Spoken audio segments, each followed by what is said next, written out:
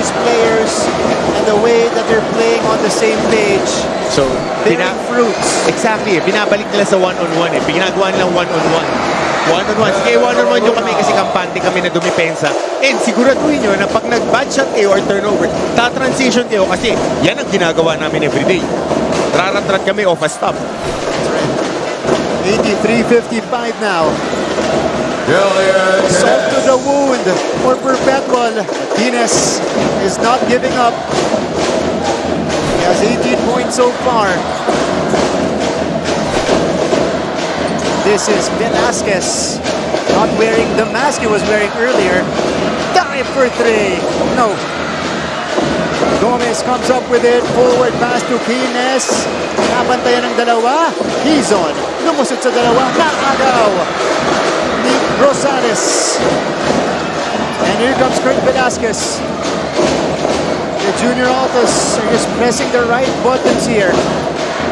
Relentless defensively and executing Pinupulikat well on na nga offense. si Roline.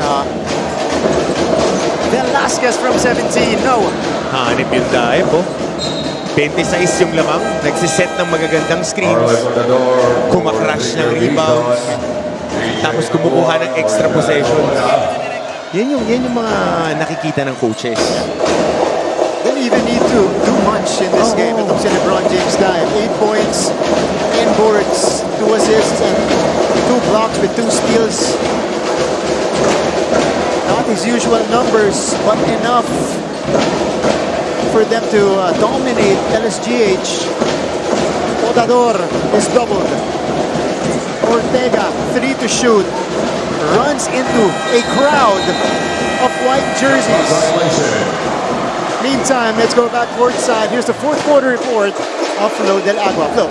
Martin and Coach Hammer, since you're talking about it, reigning MVP LeBron James, Daep cannot be stopped in the final minutes of this match. In their huddle earlier, the Perpetual coaches emphasized that LeBron is their #1 trigger man to get those possessions. Bukod pa dito, his aggressiveness here in Game 3 was demanded by no other than the former MVP Amiel Acido, present in the court right now. Daep shared with me that it was an incredible moral booster for him, as in their hands right now could be the most important game that will decide the trajectory of the rest of their lives. Back to you, gentlemen.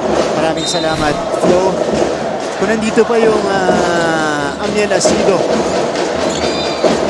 grabe na. That was last year's MVP. Hindi na, panahon na nung Daep eh. You had your chance. Well, yeah. You had your chance.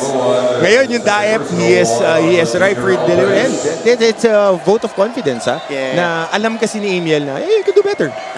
You gotta be a little bit more Your turn. assertive. Ito. Oh, yan oh. Goho Cruz, Cruz. Acido, both doing very well in the Yep. collegiate ranks, by the way. Goho Cruz, of course, was a one and done for the juniors, for the Junior Altos last season. Part of the Mythical Five. And an impressive first season with the Altos. Kaya waiting on the wings yung Rolina. Okay. Siya yung behind eh. Siya yung nandun sa spot. GC. Roluna again last season. Kung napanood nyo, alam nyo na utility player, pinasok ng finals, umangat yung kumpiyansa, nabigyan ng playing time. Ganyan naman sa high school eh. Pagka high school, you just need to bid your time, do your job, and then when the opportunity presents itself, you have to be ready. Look at the numbers here, Coach Hammer. I see out-assisting the entire Greenies team. And they're the #1 team when it comes to assists this season. Dahil it's a function of their offense, they like to run. So extra passes, extra forward passes, dun ang gagaling yung mga assists nila.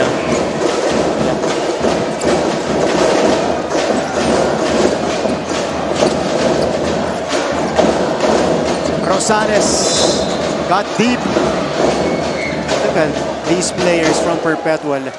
Meron pa, bubunutin si Coach Joff mamaya. Will also provide the same play and same energy. Sino? Pinedura pa.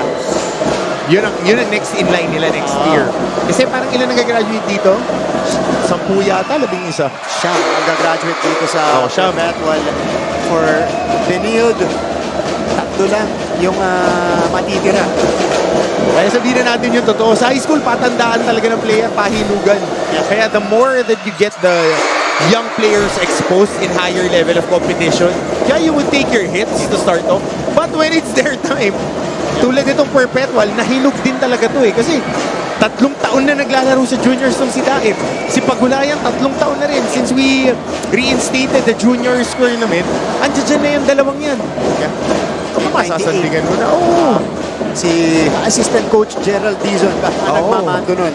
But they showed promise even in that season, even with the young guys. Dito sa LSGH, it's Hizon, Analasan, one of the bigs off the bench na itong LSGH, and Yutok. Yan ang lang yung matitira kay Coach Ren.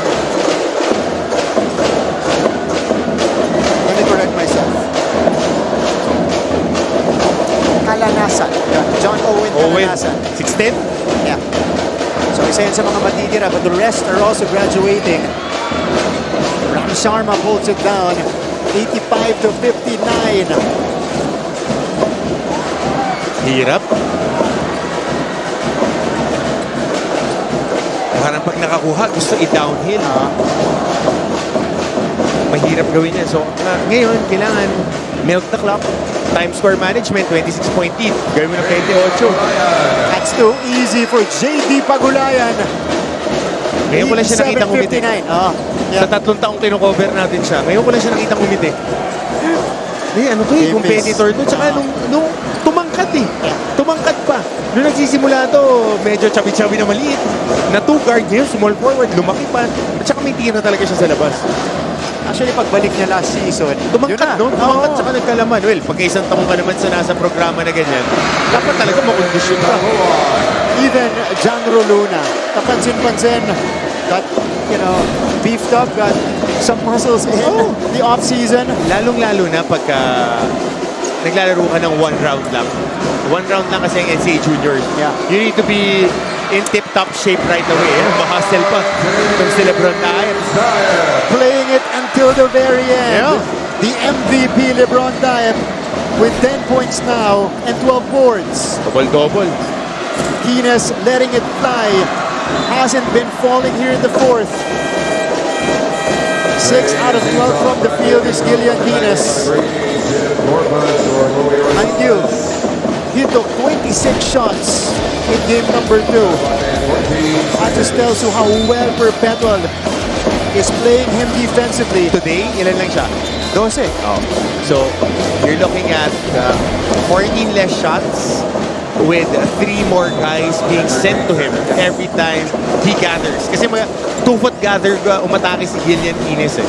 Lagi siyang ganun. Or he would read the defense. Catch and look muna to eh. Oh! Gian Gomez is still at it. 17 points for Gian Gomez.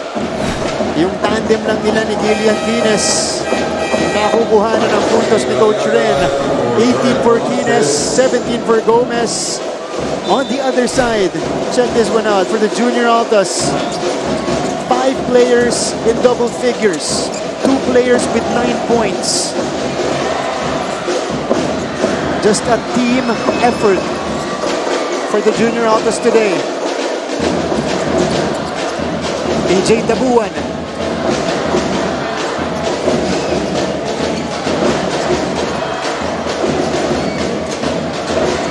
JD left it short. And that's going to be a foul. James Eason got the board. 91-62.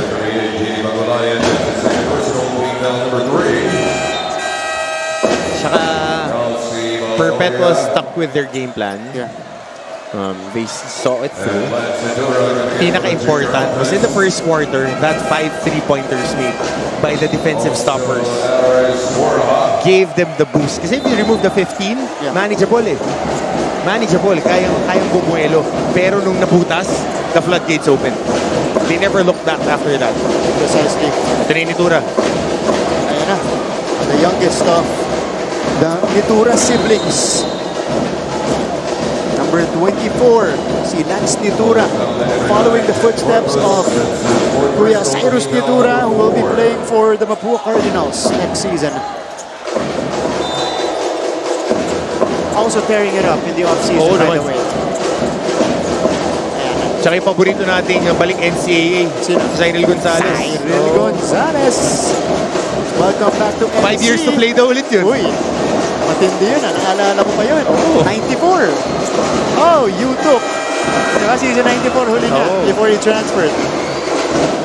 Pagbalik, one and done na. Of course, that's still a formidable Mapua team despite Husay nun. not having dami rin. Mangupan and Mobilia. No. Wala na Eh, Mobilia. gano'n naman yan. Pagka may nawawala, may dumarating. Nitura, wow! Umambag ka! Si Lance Nitura. Pampakumpiyansa next year.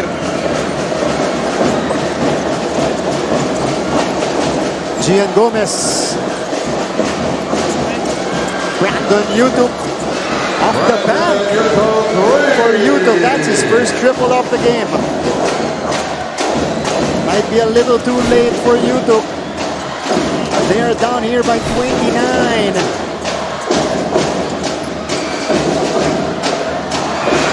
10 assists. I see enters double territory. Etong Borja na to, pwede to. Pwede to. Yeah. Athlete, mahaba. Yeah. Tapos, yung may habits, bumablock out. Alam mo nakikinig sa coach eh. Kasi yung mga ganyan, tapos malaki na to lamang tatalbo. Ang reminder sa kanila, blackout. Pag pinasok ka, kailangan gawin mo eh. So, nakikita mo na, ito yung ine-ensayo nila. Ito yung ine-ensayo nila. Ay, naiintindihan ng bata. Ang graduating coach sa Perpetual, Daep, Roluna, Caliangan, Tabuan, Baldoria, Borja, Cristino, De La Cruz, who is sparingly used, and Magulaya, their team captain. 12 of the 13 players used by Perpetual, well, they've scored in this game so far. Kahit sinong bunutin ni Coach Joff, nagko-contribute. At ito na, he's gonna give a chance to his third stringers here, Coach.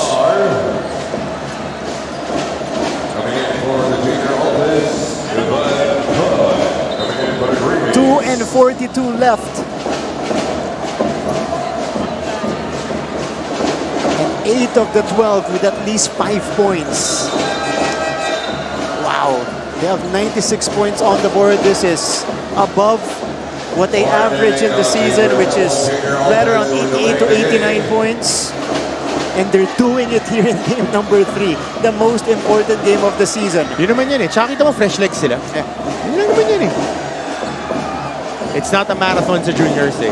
It's a sprint and you want to knock out all your opponents right away. Para pagdating ng Final Four, yun na yung tanong eh, diba? Anong gagawin nyo?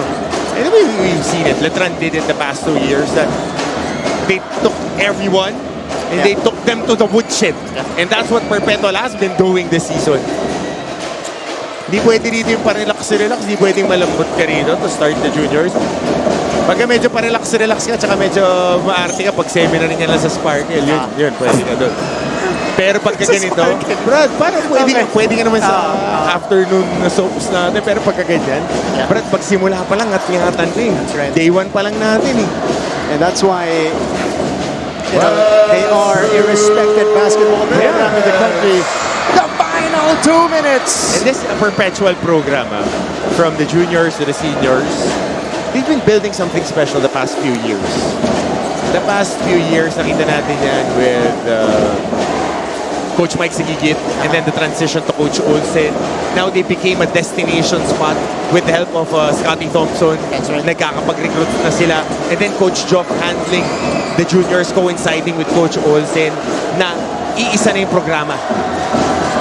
So ang question na ngayon is holding on to the players. There's now continuity in the program.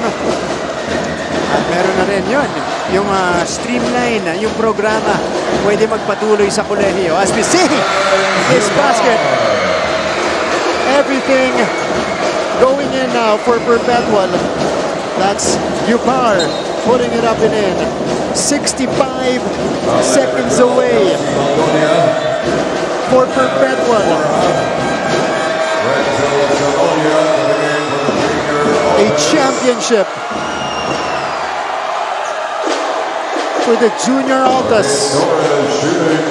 On your screens is Coach Jock Leopas in only his second season as head coach. Went to the finals in his first year, lost, learned a lot. Second year, they are poised to claim the championship and make history for their school.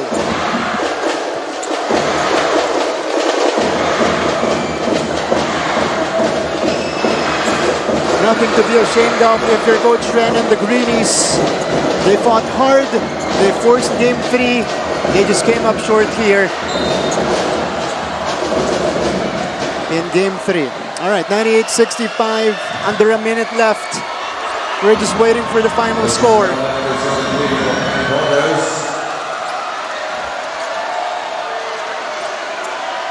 You see the emotions on the bench of Perpetual mula sa mga manlalaro, pati sa mga coaches natin. That tells you what this means to them. How hard they worked, joining numerous leagues, countless of hours in practice, while juggling that with high school education. Ganun talaga. Yeah. Pinili mo yan. And ito yung reward. Ito yung reward of all the hard work. And it's just the beginning. It's just the beginning for this young men. They would be putting this as a feather on their high school careers. But for those who have the opportunity to pursue further in their basketball careers, this would be a highlight. But for those who won't be progressing, this would be a very good memory to have. Being part of a champion squad. This is a moment they will cherish and remember for the rest of their lives. And Perpetual hits the century mark. 101 points in game number 3. 9-second difference between the clocks. And we'll just wait it out.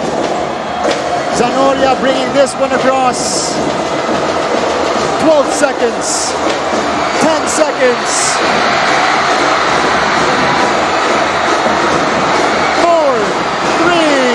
2, 1, and the Junior Altas make history. They claim their first ever juniors basketball crown in the NCAA. Hard-earned championship, deserving champion. They went back to their DNA of being a disciplined team in the third game. And you gotta tip your hat to the LSJH Greenies. They fought the good fight. But in the end, one team must win. And the ones who stuck with it took care of business and will be taking home some hardware and a lot of memories. Redemption season is complete for Coach Jock Leopas and the rest of his guys. Look at them. Overwhelmed with emotion right now. And this is the moment they've all been waiting for in season 100. They are champions of NCAA season 100 juniors basketball. The runners-up for NCAA season 100 juniors basketball, give it up for the Benilde LSGH Greenies.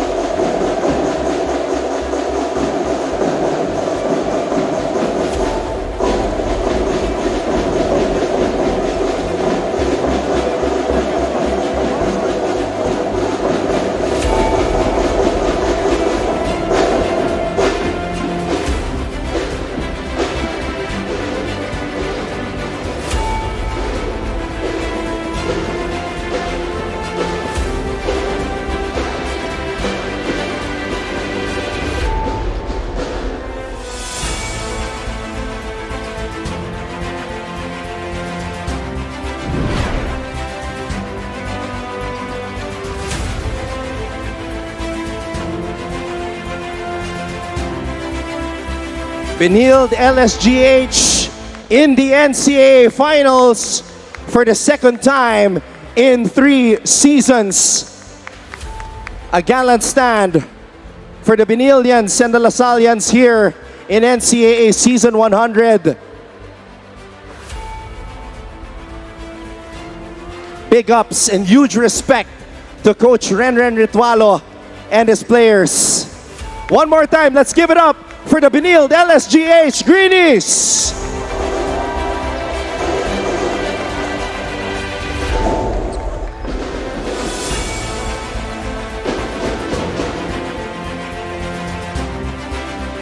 And now, handa na ba kayo?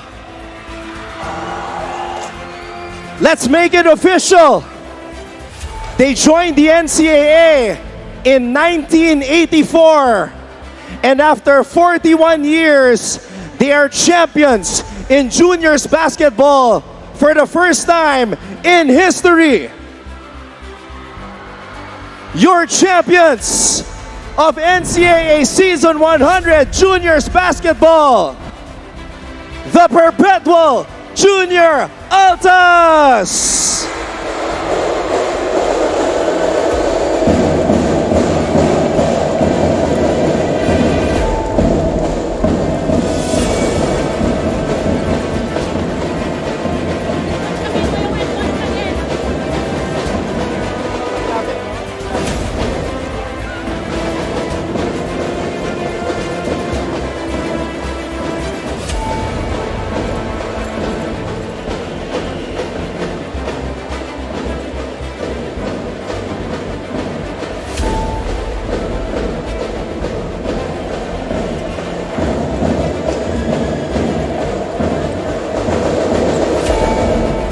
Congratulations to Sir Richard Tamayo and Boss Anton Tamayo, the Vice President for Sports and Athletics. Congratulations to Head Coach Joff Cleopas.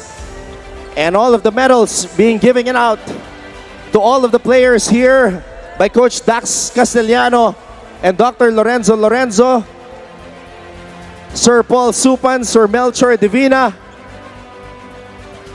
and Father Vic Calvo.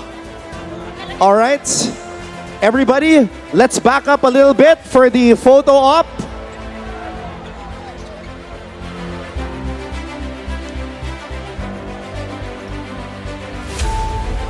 All right, boys, atras tayo ng konti for the proper photo op.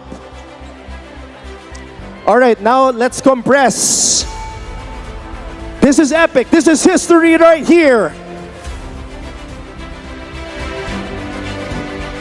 Assistant Coach Gerald Dizon is also here. Yes, sir. Nag-champion din.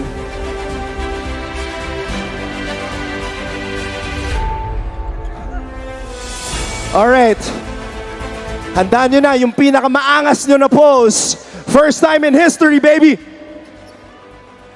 And now, I present to you one more time, for the very first time, your NCAA Season 100 Juniors Basketball Champions, the Perpetual Junior Altas!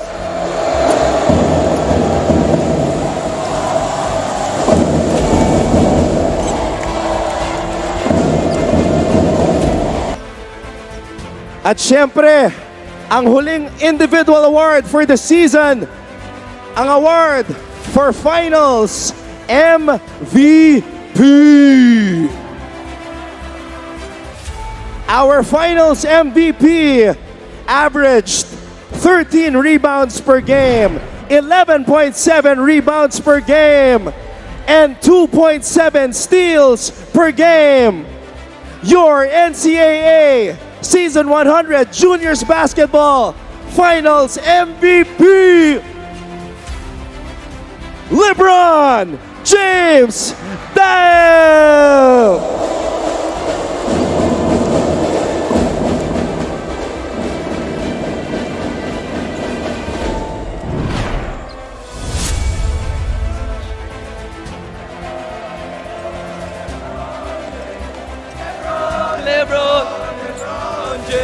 LeBron James.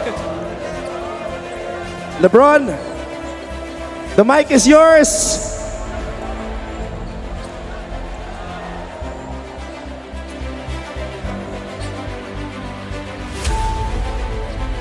LeBron, ano ang message mo sa lahat ng mga nanonood ngayon? We are live on GTV and Heart of Asia and all of the NCAA social media platforms.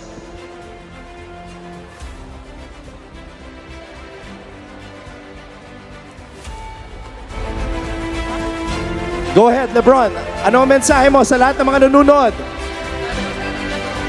Ang masasabi ko sa lahat ng nanonood dyan is thank you sa suporta nyo and sa pagbigay nyo sa amin ng energy kasi yun nga, nagpapasalamat ako sa inyo kasi na-boost namin yung game namin and nabigay namin yung panalo. LeBron, 41 years.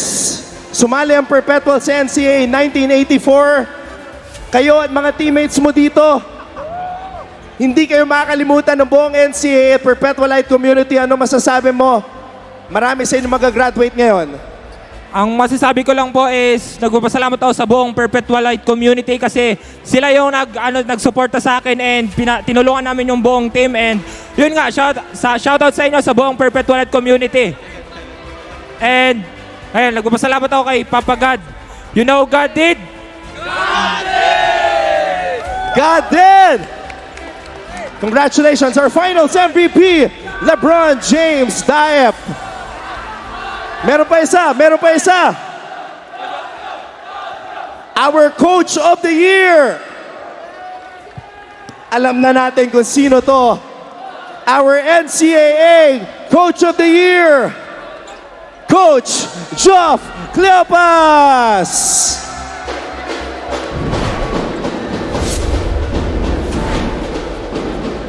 Where's Coach Geoff? Coach Geoff.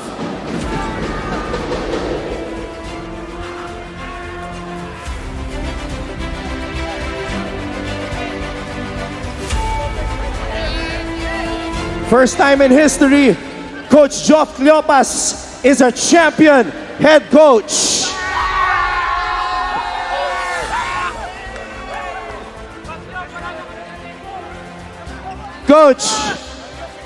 Coach Geoff, bibigay ko sa iyo yung mic. Yes. Coach, last year, nag-usap tayo.